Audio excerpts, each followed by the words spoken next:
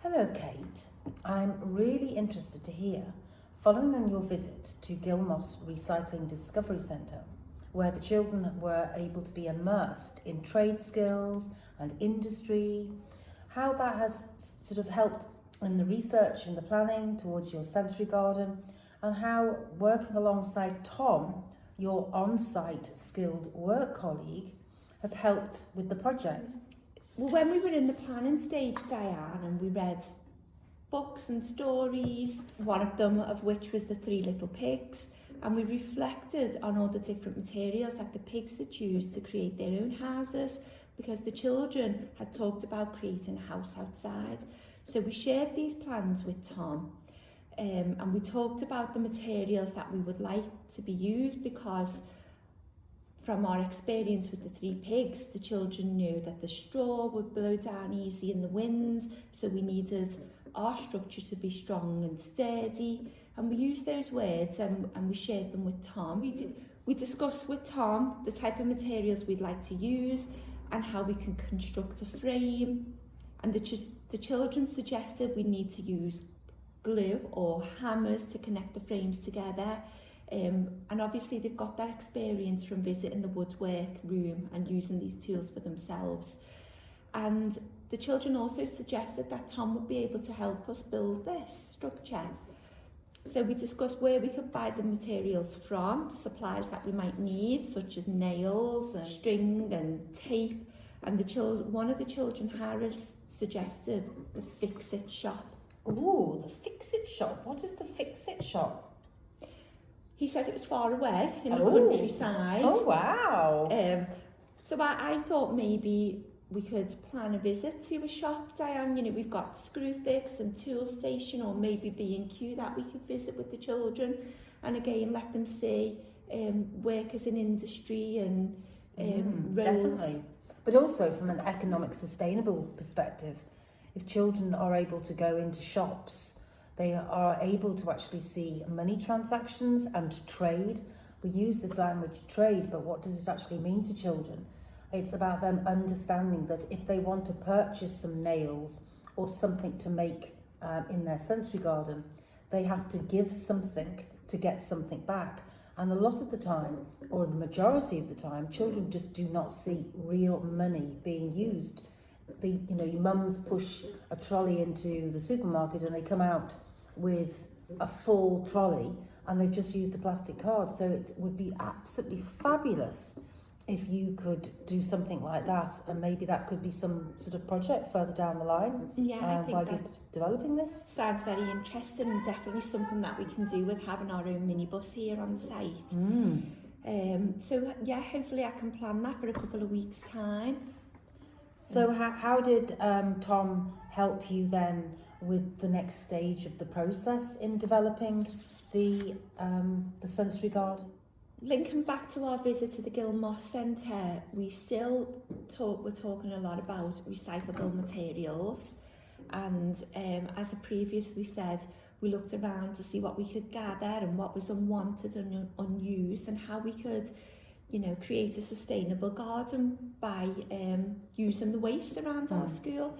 We got lots of bricks, unwanted tubing, carpet rolls, and based on the children's idea in week 1, Diane, we decided to construct a bug hotel. Oh, wow, okay, and you had all of the materials ready at hand and the skilled workforce with Tom. Well, some of the crates were huge, and we didn't want the bug hotel to take up such a vast space, so the children had the opportunity to watch Tom use power tools such as drills, and they had to go using the saws to chop the crates in half. So yeah, it was a good opportunity for them to watch Tom at work and work in action. And I think it's very important that we recognise that early childhood is a time where children are using all of their senses, and that could be by just using their eyes and their ears and taking in the world around them. And that is such a wonderful opportunity for them to be immersed in trade and industry, watching Tom using real tools and moving away from role play and opportunities where children just use plastic coloured materials that do not help the children in any format whatsoever in terms of early numeracy with weight and coordination and balance. So that sounds like a really good idea, Kate. Yeah, well, the Bug Hotel's been really successful, Diane. The children have really enjoyed creating this structure, and it's being woven through from week 1 to week 4, the interest that they have in creating a safe habitat for the wildlife that currently lives out in the garden. How did you decide where to position your Bug Hotel? Was that a discussion? Did you go outside and decide where you think did it need to be in a shady spot, or did it need to be in a sunny spot? Maybe talk me through sort of how you planned the Bug Hotel. Back in week 1, Diane, when we went out and we looked at the land, we looked at the soil. So there's areas out there in the Century Garden that are very patchy, and you can see the colour of the mud is a lot deeper and darker compared to more of the lighter clay-based soil that's on the other side of the garden. Some of it has got grass and some of it's grass bare, so it was already a nice digging patch where the children decided to do the worm garden in week 1. So just next to that, where there's a bit of stone and wasteland where gravel's being left behind, that's where we decided to construct our Bug Hotel. Sounds like you positioned it in a very effective place. So it's in a place that you wouldn't have used because it was already had got gravel and stone, which would give a good foundation for the Bug Hotel. So that sounds really interesting. So the Bug Hotel was created with all of the children working together, but you noted and said that it was next door to the worm garden. Yeah. Perhaps you could tell me a bit more about the worm garden. Well, the worm garden, that was from the interest in week 1, because when they were digging and surveying the land, they found lots of worms and decided that we wanted to protect them. They needed a safe space where no one would disrupt the lifestyle that they're living in.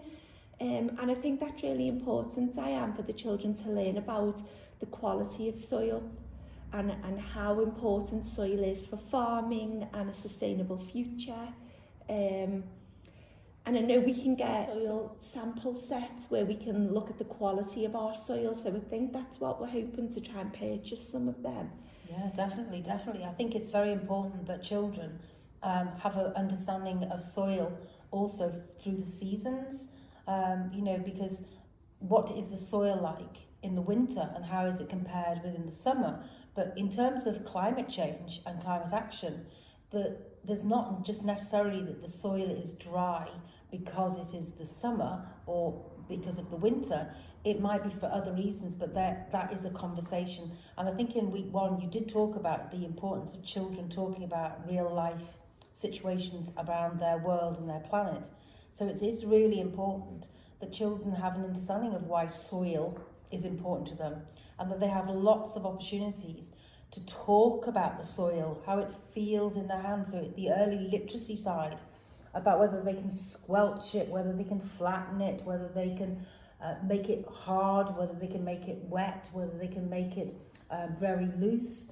That is wonderful, playful pedagogy with just soil, but on the same side, from a sustainable side, that they learn about the different types of pH levels within the soil. And you're right, there is a test kit you can do and try. I think as well for the children to know the importance of worms in the soil for fertilising the soil and creating more nutrient rich soil for flowers and crops to grow. And drawing on, again, Tom had some fascinating information about worms in the soil I noticed in the video at the beginning, but maybe this could also link to your visit to the Education Everton Park.